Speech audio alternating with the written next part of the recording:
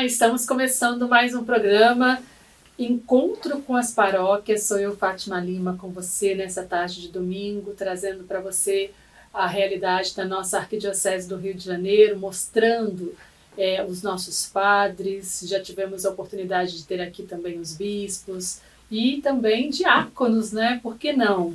Fazem parte da igreja e fazem um trabalho muito importante dentro da nossa arquidiocese.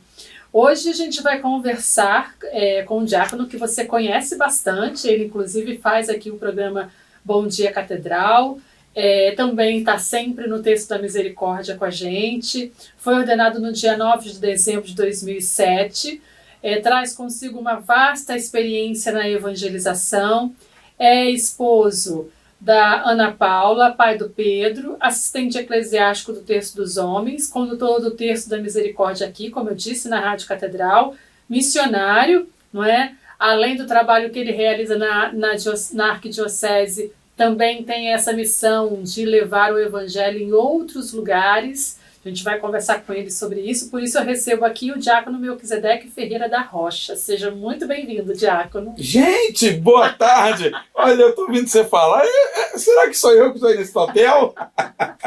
Boa tarde a você, ouvinte. É bom demais entrar aí no seu lar, no seu veículo, na sua caminhada, nesse momento talvez ainda de almoço, talvez a família ainda reunida. Que Deus abençoe você e obrigado, Fátima, pelo convite. E vamos nós aqui, a gente que é apaixonado pela evangelização através dos meios de comunicação social. Nós sabemos da potência que é uma rádio, que é uma emissora de TV, que é um veículo de transmissão. Nós aqui na rádio, que é arquidiocesana, a grandeza dela. Recordo-me aqui, há 11 anos atrás, quando o Papa Francisco esteve aqui, ele disse: esses são os novos púlpitos, né? Ele dizia, os meios de comunicação chegam, muitas das vezes, onde a gente não conseguiria em tempos passados. Mas é muito bom, obrigado pelo convite. A você que está ouvindo, isso tudo que ela disse aí, nem eu estava sabendo, viu? Ora, pois. Diácono, o diaconato também é um papel importante para a igreja, né? O diaconato, Dom Edson de Castro Homem, bispo, auxiliar de nossa diocese, emérito de Iguatu, no Ceará, que me deu aula. Ele era padre e soube que seria bispo, nos dando aula na minha turma. Dom Edson, ele foi muito, muito importante no nosso processo formativo. E ele sempre falava para nós em sala de aula da valorização do sacramento da ordem no grau do diaconato, que havia ficado um pouco adormecido na história e veio a ser restaurado num determinado tempo também da história. E Dom Edson sempre dizia da beleza, da grandeza de se completar, de ter-se completo o sacramento da ordem nos 3 níveis, nos 3 graus, né? O presbiterato, os nossos padres, o episcopado, os nossos bispos, e o diaconato, os nossos diáconos. Não somente os diáconos para o sacerdócio, né, que são os transitórios, mas os diáconos permanentes, aqueles que poderiam, de uma forma tão singular, viver o que diz o livro dos Atos dos Apóstolos, quando os primeiros diáconos foram escolhidos para que os apóstolos pudessem se dedicar mais àquilo qual Jesus havia enviado cada um deles. É um serviço dentro da igreja. Literalmente. O diaconato é um serviço, né? O diaconato não é outra coisa senão a dedicação do serviço. O serviço da palavra, o serviço da caridade, né? E o serviço litúrgico. Quando a gente consegue conjugar o servir diaconal nesse padrão, a gente consegue atingir aquilo que Nosso Senhor pretendeu através da inspiração de nossos bispos quando trouxe de volta o diaconato. O senhor exerce o seu diaconato na paróquia São Rafael Arcanjo. Sou provisionado para a paróquia de São Rafael Arcanjo, Vicariato Leopoldina, Padre Alberto, nosso pároco, e vigário episcopal. Um grande abraço para ele. Um santinho. Diácono, como o senhor descobriu a sua vocação? Porque a gente sabe que o diácono permanente, geralmente ou ele é casado, ou até mesmo o homem faz a opção de ser celibatário, mas sem precisar ser sacerdote, vamos dizer assim, bem a grosso modo falando, né? Como que o senhor descobriu, assim, que teria vocação ao diaconato? Porque o senhor já é casado. Quantos anos de casado 27. na época? Na época, Se eu casei em 97, me ordenei em 2007, 10 anos de casado. Olha, com 10 anos de casado. 10 anos de casado. Assim, o diaconato ele traz no seu escopo algumas exigências.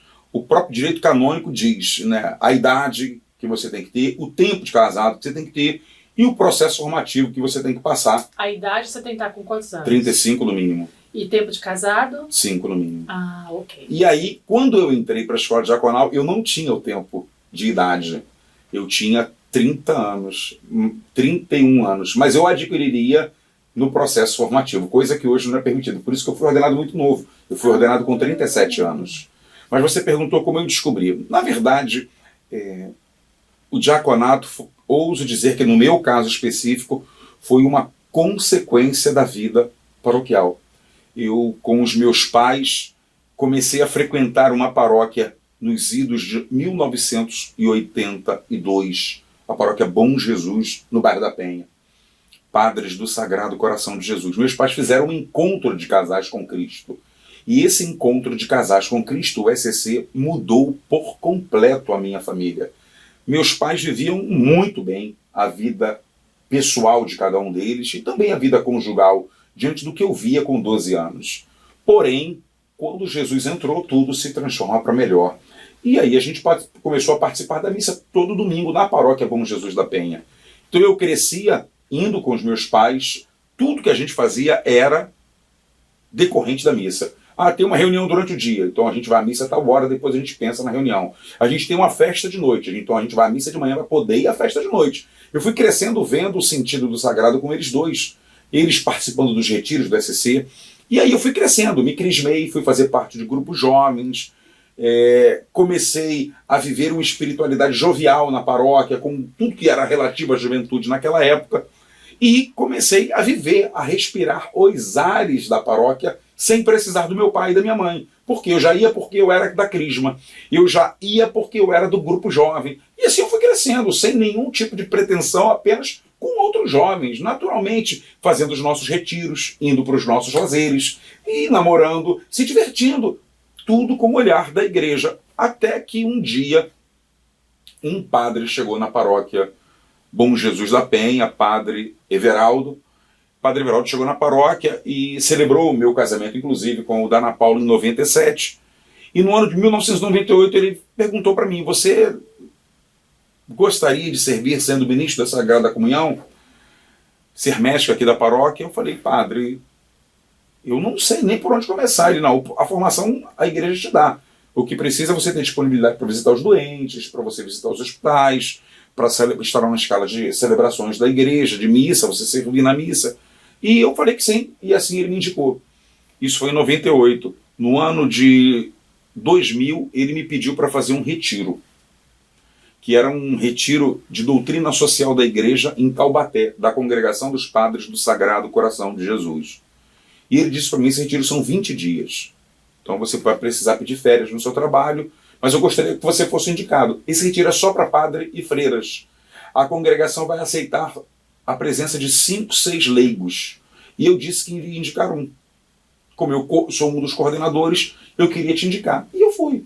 Consegui as férias, conciliei com a esposa e passei esse tempo fazendo esse curso, que era um retiro e um curso, no conventinho de Taubaté. Quando eu voltei, ele, conversando comigo, falou, olha, Melquisedeque, eu queria te fazer uma proposta. Eu procurei e sondei aqui na Arquidiocese que para ser diácono é necessário ter o curso do Mater Ecclesiae. E aí, eu gostaria muito que você pensasse sobre ser diácono e estudar a Mater Ecclesiae, que era um curso que até hoje existe, muito bom, por sinal, indico todos a fazerem. E eu fiz 3 anos estudando. Isso foi logo que ele chegou, foi em 1998. 98, 99, 2000. Fiz o curso. Sem saber o que era muito bem o diaconato. Porém, no curso do diaconato tinham 2 homens fazendo na mesma turma que eu, que já estavam encaminhados para ser ordenados. E foi muito bom eles terem conversado comigo. E quando o Cláudio Jairo e o Raimundo, e eles me falaram, olha, o momento da turma deles, do tempo de preparação deles, já estava sendo concluído. E que, ao que eles estavam sabendo, não iriam ser abertas outras oportunidades. Mas eu estava gostando tanto do Mater Ecclesiae que eu não via aquele momento como uma preparação, eu via como uma formação pessoal. E fiz, concluí, terminei, Dom Estevão Bittencourt, recordo-me bem da aula magna de encerramento com ele, e assim concluí. E aí o padre Everaldo me chama, nós éramos muito próximos, eu era ministro da Sagrada Comunhão, e desde jovem eu coordenei alguns grupos jovens da paróquia. Então o padre tinha uma certa confiança já há algum tempo em mim, de amizade, e ele falou assim, olha, eu procurei saber, e realmente agora o Mater Ecclesiae não é mais pré-requisitos. Então você fez à toa, sem ter sido à toa. Você aproveitou e aprendeu, mas o que eu pretendia não vai ser atendido.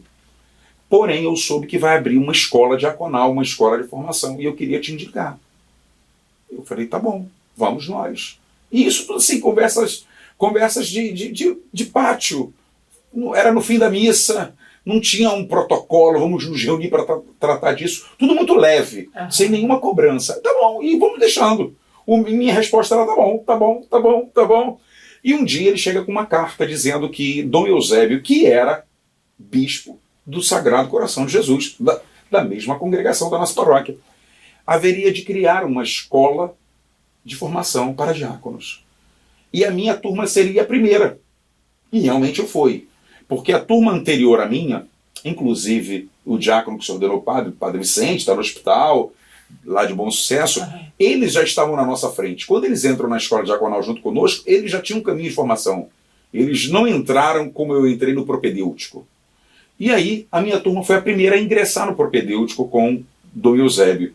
E assim foi caminhando literalmente, exercendo de alguma forma uma liderança discreta na Bom Jesus, com os jovens, depois com os adultos. E obedecendo, né? Ele foi dizendo. Eu vivi 14 anos dentro de um grupo de oração, onde dentro destes 14 anos eu cheguei a ser dirigente, eu cheguei a ser núcleo, cheguei a ser servo. Então eu exerci algumas coisas dentro da própria renovação carismática aqui no meu vicariato. E vivenciando tudo isso, esses retiros que se fazia, não era novidade para mim. Eu já fazia os congressos da renovação viajando o Brasil para participar, para poder estar lá sentado, ouvir Cardeal cantar a missa, ouvir Pat Mansfield, ouvir Padre Eduardo, Monsenhor Jonas. A gente já estava habituado, só que agora era algo muito mais, ouso dizer, sério, no sentido, é um sacramento novo para mim. Eu já tinha o sacramento do matrimônio, e aí agora vem a graça da dupla sacramentalidade. E aí eu ingressei na escola diaconal. E foram 4 anos e meio maravilhosos. Aqui, primeiro, quando a escola era aqui na Joaquim Palhares, na paróquia de São Joaquim, e depois no encerramentozinho, bem no finalzinho do meu processo de formação, já no seminário de São José. E assim a gente foi com a Ana Paula, caminhando ao lado, dando apoio, e no meio da escola, no meio do processo de formação, nós adotamos o Pedro. E aí foi assim a coroação de um sacramento, que é o sacramento do matrimônio, e a coroação através de um sacramento de serviço, sim, que era a dupla sacramentalidade. Pedro veio lá para casa em 2004, bebezinho, e em 2007 eu recebo o outro sacramento pelas mãos do saudoso e querido Dom Eusébio. Nossa, que bênção! O senhor falou que Ana Paula caminhava sempre.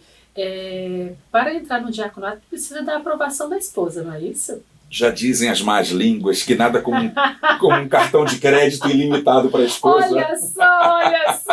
É só trocar o sofá que ela aceita. Ô, Ana Paula, desculpa, brincadeira, viu? Assim, até para você ter dimensão, há 2 semanas atrás, eu estive no sábado, junto com os novos que estão ingressando esse ano para o propedêutico. Eles ainda não ingressaram na escola diaconal. Eles estão chegando no propedêutico para fazer um caminho de discernimento.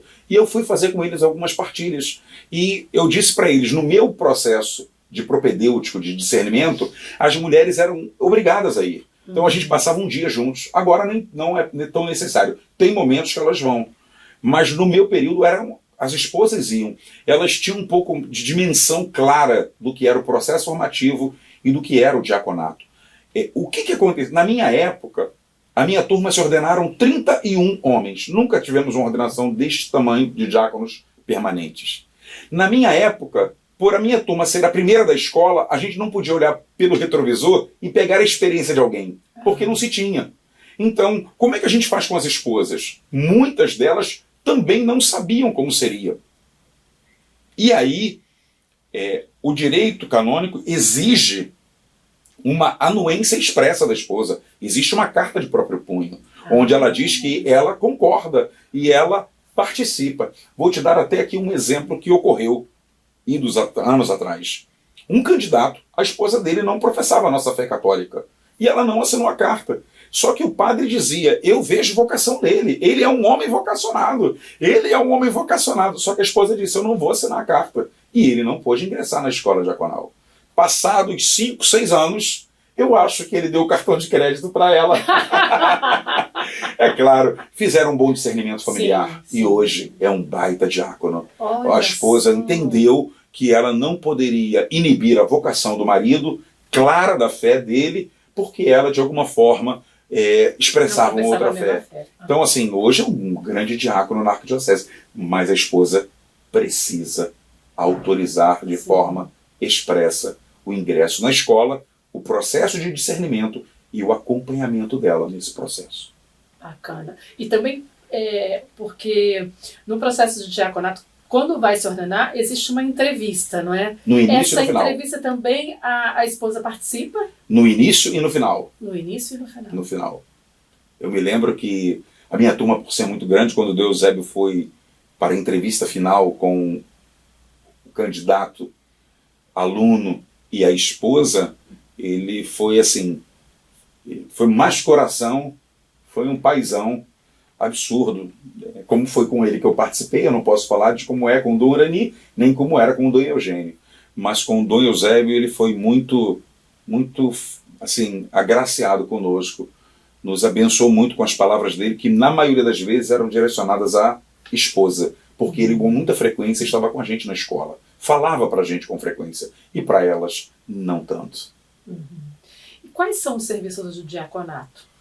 Na verdade, o serviço principal está no livro dos Atos dos Apóstolos, mas é evidente que a igreja faz uma leitura espiritual da eleição dos 7 diáconos, Prócono, Nicanor, Estevão, o primeiro mártir.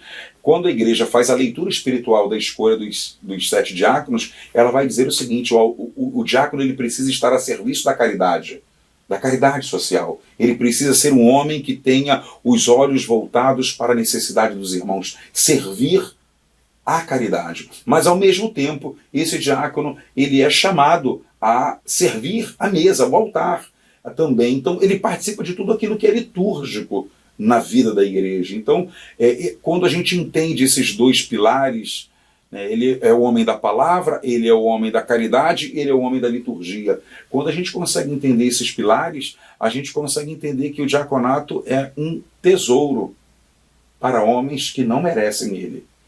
É puro favor divino. É escolher, como São Paulo disse, Deus escolhe os fracos para confundir os fortes. Não há merecimento, não há mérito. Vou até te dizer um particular. Você sabia que na minha turma, que Deus o tenha, grande Teixeira, falecido já, o Teixeira durante 11 anos, ele foi franciscano e fez um discernimento para ser padre, quando ele era garoto, no interior de Minas. E ele lá ficou durante anos, com 7 anos se preparando para ser padre, ele falou, eu não quero ser padre, eu quero ser um leigo consagrado à congregação, ser um irmão. E assim fez. E no meio do caminho encontrou a esposa. Casou-se, continuou sendo irmão, servindo a ordem dos frades franciscanos de uma outra forma.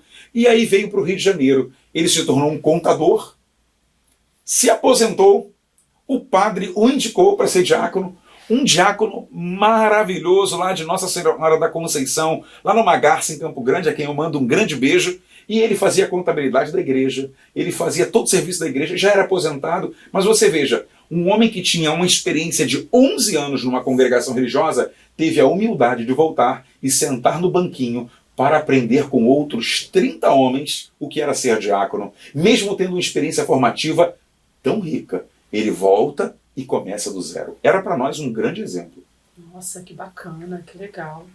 Diácono, além do diaconato, o senhor também faz um trabalho de assistência eclesiástica com o Terço dos Homens, não é isso? Pensa num trem que dá trabalho. Eu imagino. Você sabe como é que aconteceu isso? As pessoas não sabem. Dom Urani marcou uma reunião aqui, no prédio da Mitra, no auditório. Olha, o Terço dos Homens está acontecendo em várias paróquias. Só que não tem coordenador, não tem diretor espiritual, não tem nada. Se você perguntar, ninguém sabe. Mas os homens estão rezando. Esse foi o lado bonito do terço. Ele não começou sendo organizado. Ele começou pelas mãos dos homens. E aí ele convidou o padre Serafim, que então era reitor da Basílica Santuário da Penha. E o padre Serafim me chama.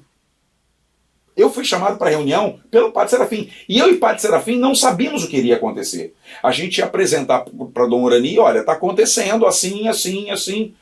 E aí, no auditório tem uma mesa, e o auditório. Na mesa sentou Dom Urani no meio, Dom Urani no meio, padre Serafim de um lado e eu do outro. E o padre Serafim, na fala dele, disse, olha, como toda pastoral da diocese, todo movimento, precisa ter um diretor espiritual e precisa ter um coordenador. O coordenador é quem organiza, quem vai, quem mexe os homens lá. E aí, Dom Urani perguntou, então a gente não tem nenhuma estrutura, nem coordenador diocesano, nem vicarial? Não. E como é que isso está acontecendo? O padre da paróquia chama um homem, o homem reza e assim vai acontecendo. Não tem nenhuma organização? Não. Ele falou, então está organizado. Serafim é o diretor espiritual, Melquisedeque é o coordenador e depois vocês organizem o movimento na diocese. Foi assim que nós fomos escolhidos. Foi literalmente assim. Aí o que aconteceu? A gente, visitando os grupos, nós fomos vendo lideranças. Escolhemos um homem para coordenar a arquidiocese. Escolhemos na época 9 homens para coordenar os vicariatos. A gente já tinha um rosto. Agora vamos fazer os nossos encontros. O encontro do vicariato A no mês tal, do vicariato B no mês tal, para que eu pudesse estar em todos os encontros deles, encontros maiores. E começamos a organizar assim. Esse coordenador, que hoje ainda está, que é o Eduardo, ele foi, assim, auxiliando ao extremo e estando com os demais. Quando a gente viu, a diocese estava organizada enquanto Terço dos Homens. O que aconteceu? O padre Serafim viajou para Portugal. E eu era o coordenador. Mas eu só era coordenador porque não tinha ninguém para organizar. Já que já se organizou, tem que ser um leigo. E aí nós colocamos o Eduardo coordenador. O padre Serafim foi embora e eu fiquei como assistente espiritual. Ou seja, ocupando o lugar que era de padre Serafim. Então, eu e padre Serafim começamos só a organizar estruturalmente o movimento. Que hoje, eu estando ou não estando, vai acontecer. Os encontros todos do ano sem a minha presença. Por quê? Porque esses homens entenderam que o movimento é leigo, é deles. Eles protagonizam. Eu conduzo o meu grupo na minha paróquia até para ser estímulo para os demais. Para eles verem que eu não estou dirigindo algo que eu não conheço. Que eu estou dando pitaco em alguma coisa muito distante. Que eu preciso fazer 10 reuniões para entender o que é o movimento. Não. Toda semana eu estou no meu grupo. Isso significa que, tanto quanto eu os pastoreio, eu também sou pastoreado por eles. E um movimento que cresceu demais, né? Agora tem caravana que vai também para Aparecida, né? Fazer um trabalho belíssimo lá também, né? O Santuário Nacional de Aparecida descobriu a cereja do bolo, vamos assim dizer. A maior romaria de um movimento ou de uma pastoral da igreja no Brasil ao santuário é a Romaria do Terço. Terceiro final de semana de fevereiro, seja qual for o ano. Em 2019, o último ano antes da pandemia, nós éramos quase 90 mil. Esse ano nós estivemos lá, éramos 11 diáconos aqui da diocese lá, participando, e vários ônibus. A maior romaria é de São Paulo, estamos no estado de São Paulo. A segunda de Minas, está do lado de Minas. E a terceira somos nós, aqui do estado do Rio de Janeiro. Segundo o SERES, o nosso IBGE, é o movimento que mais cresce dentro da igreja no Brasil.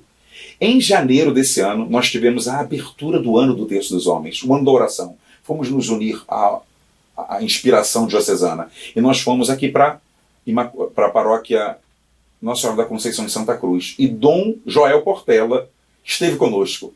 Dom Joel foi secretário-geral da CNBB. Dom Joel disse que nesse período que ele esteve lá, ele realmente percebeu que o movimento mais crescente em toda a Igreja Católica no Brasil inteiro é o movimento do terço dos homens, porque ele cresce não num estado, ele cresce no Brasil. Então você vai nos interiores, ele cresce. Você vai lá no interior do Nordeste, ele existe. Diferente, às vezes, de algum outro movimento que aqui nós temos, mas em outros lugares não. Se eu te mostrar vídeos e fotos de lugares onde, Maranhão, por exemplo, Parnaíba, o encontro daqueles homens que é no primeiro e no segundo semestre da Diocese é a coisa mais linda do mundo. Eu vou estar agora, no próximo dia 25 de maio, em Araguaína, na Diocese de Tocantins, no congresso deles. Eu vou estar em Itajaí, Santa Catarina, no congresso deles. Ou seja, a gente vai percebendo que realmente é algo crescente. E vamos ser sinceros, mulher rezando é bonito. Mas homem rezando é um espetáculo. Porque a gente não espera. Sim. A gente espera no Maracanã. Não, e antigamente até se dizia que era difícil o homem participar da igreja. Não, né? Da igreja, vamos lá. Rezar o terço não é oração para homem. Pois é, exatamente. E homem não gosta de repetir. Esse movimento maravilhoso. É uma graça, é um favor divino. E hoje, com a graça de Deus e com esses homens que coordenam os vicariatos e o nosso coordenador arquidiocesano, a gente conseguiu colocar um DNA no movimento, que é um DNA de participação da diocese. Então, se nós temos a festa da unidade, nós temos que estar lá. Se nós temos ordenação, temos o convite para estarmos lá, porque são homens nossos que estarão lá. Isso é uma outra coisa, Fátima. Nós temos uns 3 diáconos que surgiram do terço. E temos uns 5, 6 que, a partir do terço, estão na escola diaconal estudando. Começaram ali pelo terço. Sim. Poderia dizer, por exemplo, o diácono Sérgio Alencar. O Sérgio, ele foi coordenador de paróquia, coordenador vicarial. E o padre dele falou, você tem vocação, que tal ir para a escola diaconal? Ele foi e hoje é diácono. Você veja, tudo brotou. É claro que existe a resposta do diácono, sim, a vida pastoral, mas ele diz, tudo começou vivendo essa experiência do movimento do terço dos homens. É um tesouro. Então você, mulher que está ouvindo, pede a Deus, olha, sempre pelo seu marido. É claro, o movimento do terço, ele não tira o marido do encontro de casais. Na minha paróquia de São Rafael, quantos ministros da Eucaristia estão lá rezando conosco? O Vitor, que reza o terço, que recita o terço comigo, ele é ministro da Sagrada Comunhão Eucarística. O movimento do terço não é para ser mais uma pastoral na vida do homem. É para ser um dos momentos de oração da vida dele, para ele servir pastoralmente. Então você, mulher, talvez seu marido não participe. Que tal jejum e oração, e ele se aproximar do movimento aí na paróquia, e quem sabe ali caminhar com Deus através do terço de Nossa Senhora. Quem sabe, né? O Lúcio tem ido lá, diácono? Convite para ele, vou convidar o Lúcio. O Lúcio é um grande menino. Vou convidar ele para ir lá conosco. Lúcio é um diácono, bom menino. Além também de tudo isso, o senhor é missionário, né? Como o senhor disse, vai em várias dioceses, o senhor também faz uma missão fora do Brasil, não é? É bonito ver o trabalho que o senhor realiza. Em tudo dai graças. Importa que ele cresça e eu diminua, é o que disse São João Batista. Essa pergunta que você está fazendo, essa afirmação que você está fazendo, eu estava com os meninos há 2 semanas do propedêutico e um deles me fez a seguinte pergunta. No Dia das Mães eu estava almoçando com a Ana Paula, eu tive com eles no sábado, que antecedeu o Domingo das Mães, e no Domingo das Mães eu estava almoçando com a Ana Paula, a gente estava conversando sobre essa partilha que eu tive com eles. E um diácono, um senhor, ele me perguntou assim, diácono, eu queria te fazer uma pergunta meio indelicada. E eu falei, rapaz, cuidado com essas coisas, né? Nós somos aqui 20 e tantos. E fiquei assim meio, o que é que vai vir por aí? Porque eu abri um espaço para eles fazerem perguntas. E eles perguntaram assim, como é ser um diácono famoso? Eu falei, agora complicou. Eu falei assim, cara, eu sou muito famoso para 3 pessoas. O meu pai, a minha esposa e o meu filho. Meu pai não tem outro filho, minha mulher não tem outro marido, meu filho não tem outro pai. Mas eu sou um no meio de 300. E se eu te citar aqui os exemplos do que esses outros estão fazendo na arquidiocese, você vai falar assim, uau, eu não imaginava. Mas tem homens anônimos celebrando em lugares extremamente violentos, estando em hospitais quando os nossos padres estão ocupados com o seu ministério em outro exercício. Nós temos homens que estão dentro de presídios, nós temos homens que estão dentro de hospitais sendo o braço direito no gerir o espiritual na vida dos enfermos e funcionários. Agora, aprove a Deus me escolher para em algumas missões a gente está. Uma coisa que eu até disse para ele, repito aqui para você que está acompanhando, realmente eu tenho experiência, principalmente de ir a algumas dioceses nos Estados Unidos. Lá eu, junto com o padre dessas comunidades de brasileiros, eu fundei 2/3 dos homens, que existe até hoje. Um no estado de Massachusetts e um no estado de Connecticut, que é do lado um do outro. E já estive pregando para homens inúmeras vezes nestes 2 estados. Também em alguns outros, mas nestes 2 de forma mais intensa. Se você me perguntar, Fátima, como aconteceu, assim, eu acredito sempre na providência divina. Mas eu vou te dar o exemplo. Já se passaram 1 década que eu vou pelo menos 2 vezes lá pregar retiros por ano. Você sabe como é que aconteceu na primeira vez? Eu vou te dizer.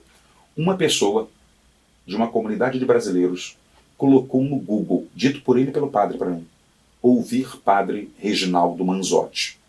Ele botou no Google, apertou Enter, apareceu o link da Rádio Catedral. E eu estava recitando o terço da Divina Misericórdia. E nesse dia que eu recitei o terço, eu disse que voltaria no dia subsequente para substituir um padre. E aí esse homem, que era o coordenador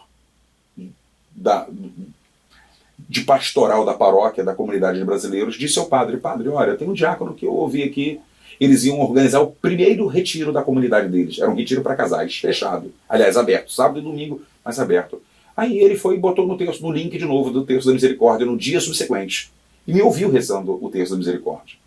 Ele ligou para a Rádio Catedral e pediu meu telefone. E disseram para ele, olha, o telefone a gente não pode dar, toma um e-mail. Ele me mandou um e-mail. E a gente foi trocando mensagens, isso em outubro de 2013.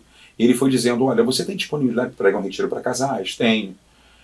Então tá bom, seria em janeiro, você teria disponibilidade? Tenho. Você teria que passar 10 dias conosco. Eu falei, a gente precisa se organizar, eu preciso saber da data o quanto antes para eu poder me organizar aqui. Tá bom, beleza. Em 10 dias ele me volta por e-mail e me diz, olha, tá confirmado, o padre falou que quer muito você aqui. Tá bom, só que até então eu estou pensando que é aqui no Rio, alguma coisa assim. Eu falei, toma meu telefone. Mas você não sabia onde era. Não, ele foi e me falou assim, você tem passaporte? Eu falei, não, cara, é aqui nos Estados Unidos. Aí eu falei isso tudo por e-mail. A gente nunca se viu antes. Eu falei, Ana Paula, isso aqui é trote de algum amigo. Fátima, eu nasci num lugar que hoje tem 2.000 habitantes. A energia chegou em 1980. Eu sou o primeiro a ser formado naquele lugar. Ninguém saiu de lá para estudar na cidade grande e se formar. Então, assim, sabe, vai parecer brincadeira de amigo. Aí ele falou, a comunidade, a paróquia, aí eu entrei naquela época, né, eu falei, não vou acreditar, mas quando ele me deu, eu fui ver que existia. Tirei o passaporte, tirei o visto, e em janeiro de 2014 fui pregar um retiro para casais, cujo objetivo era, segundo o padre, muitos casais tinham condições de se casar, mas viviam amigados, como a gente diz na roça.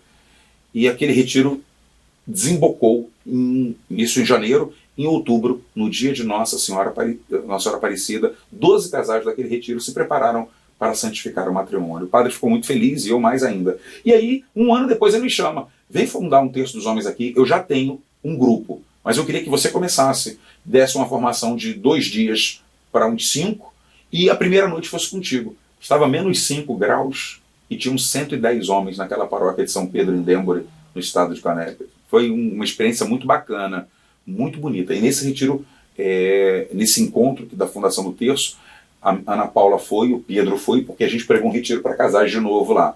Foi uma experiência maravilhosa. Ou seja, o movimento ele é algo, ele já ultrapassou os limites do Brasil há muito tempo. Aí se você me perguntar, mas por que você? Eu também não tenho explicação não, Fátima. Não sei também não. Deus quis assim, né? Acabou. Do jeito, assim, eu ouso dizer que a gente tem que saber fazer com quem eu aprendi a vida inteira, São João Paulo II. Ele me ensinou muito mais a morrer e sofrer do que a viver. Os últimos dias dele foram escolas para mim. Ou seja, do mesmo jeito que ele reunia tanta gente, estava pertinho de tanta gente, um dia ele precisou viver no recôndito de um hospital, sozinho, cuidado por aquelas mulheres. É a vida de um diácono, é a vida de um padre e é a vida de um bispo. Assim é a nossa vida. Deus escolhe quem Ele quer, Marcos 3,10, e Ele designa do jeito que Ele quer. A gente só precisa não atrapalhar a obra do Espírito na nossa vida. E aí a coisa tem andado, mas eu repito para você que está aí me ouvindo, principalmente se você é familiar de um diácono, nós somos literalmente servos iguais, mesmo chamado, mesma vocação, só temos o rostinho diferente. Um tem um timbre de voz, o outro tem o outro. O valor do ministério é literalmente o mesmo. Perfeito, diácono, maravilhoso. A Beth está lá dizendo que a gente terminou. Elizabeth é demais, ela é um amorzinho. Ela falou para mim que ia demorar tanto, mas já, Beth, está igual a injeção. Ai, mas é bom estar com esse povo abençoado. Mas foi maravilhoso ouvir o senhor, um pouquinho da sua história vocacional, não é? Esse trabalho maravilhoso que o senhor realiza através do texto dos homens e tantos outros que Deus vai colocando no seu caminho. É verdade. Basta só dizer mas, ó, né? É verdade. Diácono. É verdade, mas deixa eu lhe falar. O lado bom é que a Beth me deu umas instruções aqui antes. A gente só falou da beleza. A gente não falou da cruz, porque ela existe. Sim, e ela é grandiosa. Eu particularmente passei por muitos momentos de cruz no ministério. E tenho irmãos meus que estão passando por momentos de cruz no ministério. Sei que passam, sei que tem desafios, às vezes familiar, às vezes profissional, às vezes na vida de saúde, às vezes na própria vida vocacional, em suas paróquias, com incompreensões e até mesmo com injustiças, realidades próprias da vida de um servo de Deus. Jesus nunca disse que o trajeto seria fácil. Ele só disse que nós chegaríamos na outra margem. Exato. Então a promessa é chegar. Como? O vento às vezes é contrário, o mar às vezes é revolto. O nosso ministério também é envolto de dores. Por isso, você que está acompanhando agora esse bate-papo gostoso, e quando você for rezar pelo seu padre, que eu sei que você o faz com muita frequência, se porventura na sua paróquia tiver um diácono, não deixe de rezar por ele. E eu concluo com aquilo que o Papa Francisco faz com muita frequência, e ele fez nas primeiras palavras dele como Papa na Praça São Pedro. Quando a praça estava em silêncio e a fumaça havia subido e aquele grito "Habemus Papa" soou e ele entrou pela sacada daquela janela, ninguém sabia quem era, e aquele cardeal Carmelengo, que é quem diz o nome do Papa, disse Mário Bergoglio, e a primeira palavra ou as primeiras palavras do Papa foi: peço um instante de silêncio para que vocês possam rezar por mim. Ou seja, não existe ministério ordenado sem o sustento da oração dos fiéis. Então, você que está ouvindo, desculpe te lembrar, você tem o dever, mas ao mesmo tempo a honra de rezar pelo seu padre, por nossos bispos e por todos, aproximadamente 300 diáconos. Na nossa arquidiocese? Na nossa arquidiocese. 300? Mês que vem eu estou fazendo meu retiro canônico. Todos precisam fazer seu retiro. A mesma dinâmica dos padres, nesse sentido. E a gente precisa do sustento da oração das pessoas. Verdadeiramente. É claro que a gente tem uma característica, que é a família já reza, né? A nossa família reza por nós. Mas não é suficiente, a gente sabe disso. A gente precisa de uma rede de intercessores que possam, como sempre rezam pela Igreja, diante do Santíssimo Sacramento a gente não reza pelo Papa, a missão dele é imensa, ele precisa. E nós também, é claro que num grau menor, mas nós também precisamos ser carregados pela oração.